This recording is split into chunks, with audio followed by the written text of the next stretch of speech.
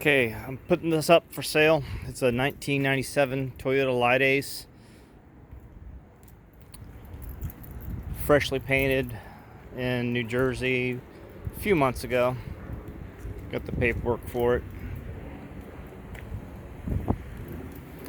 Didn't really need a paint job rust-wise. There's no rust on it. It just had a lot of scratches in it from, it used to be a company-owned vehicle, and they kind of scratched it up a lot back here and dented it.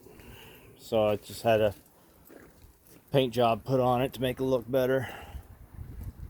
But there's no rust on this at all. I got this off the boat at 5,000 kilometers, and I changed the oil. So I guess I changed the oil for the first time in its life, but it's a 1997. I don't know what the story is, why it wasn't driven that much, but it used to have some paint fade on the doors like it was a company car that just didn't get used. So I got a little suspicious because it looked like there's a lot of dents in the bed, but when you look into the front, there's no wear on anything here. There's no wear in the pedals. So I believe it's was 5,000 kilometers, which is like 3,000 miles, something like that. So this is pretty much a brand new car. There's no air conditioner in it. Everything works. The radio pretty much doesn't work, not even AM. It's a Japanese frequency. So this is useless to you. I was gonna keep this one, but I got two more over here. But this, I wired an extra fuse box. I was gonna put some extra appliances in here, and maybe put some power distribution up here for cell phones and whatnot. One of the main problems I had with it, another curious thing, this may be why it has so many low miles, is that the heater core was bypassed underneath the cabin here. It was bypassed, so there was no hot water going through the heating coil or heater coil.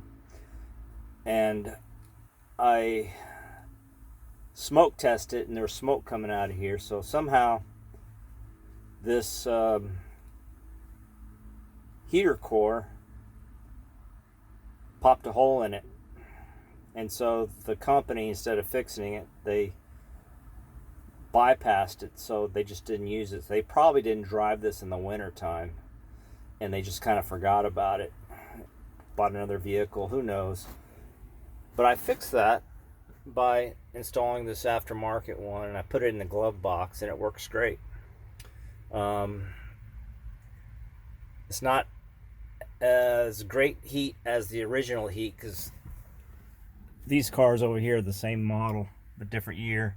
They heat up pretty good. This can get it comfortable, but you can't overheat the cabin when it's like 10 degrees outside, but it does heat up well enough.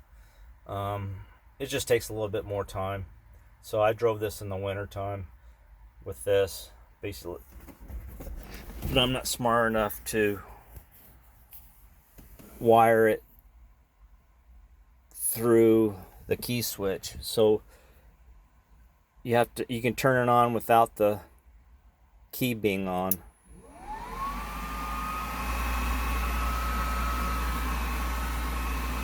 But you have to remember to turn it off. You can run your battery out. Let me show you. This starts up pretty good.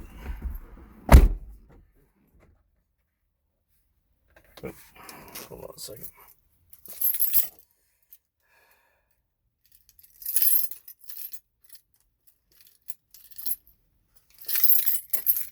And it's a Toyota.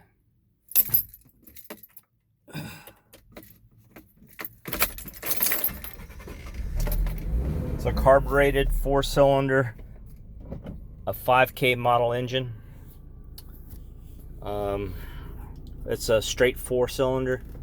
The thing will last you forever and ever. Got the emergency brake on. I've had it driven before, so it's 80 degrees inside here. I put that in there to see how the winter heat would do, and it basically brings it up 30 degrees higher than what's outside within about 20 minutes. But basically, I got this hooked up nicely, and if you want to accelerate your heat, you pull it out.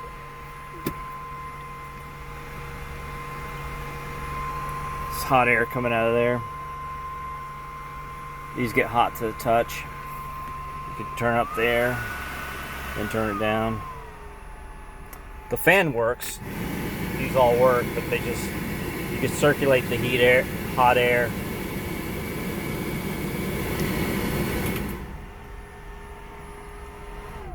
Later on Amazon, I found a better one than this, and if I was going to keep this one, I'd actually there's a floor one, that aftermarket floor one that fits down, and you can just turn it right here. I think if I was going to keep that, I'd switch it over eventually, but this works fine. And when you don't want to use this, there's a bypass valve I installed. Like if it's like 80 degrees outside, this is putting off too much heat because the water will continually circulate through here, and it might get a little more hot even though you don't have the fan on. So what you can do is go underneath here,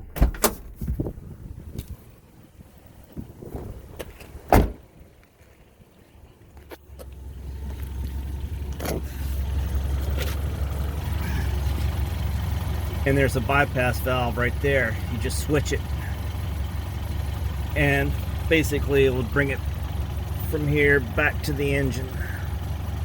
And these go up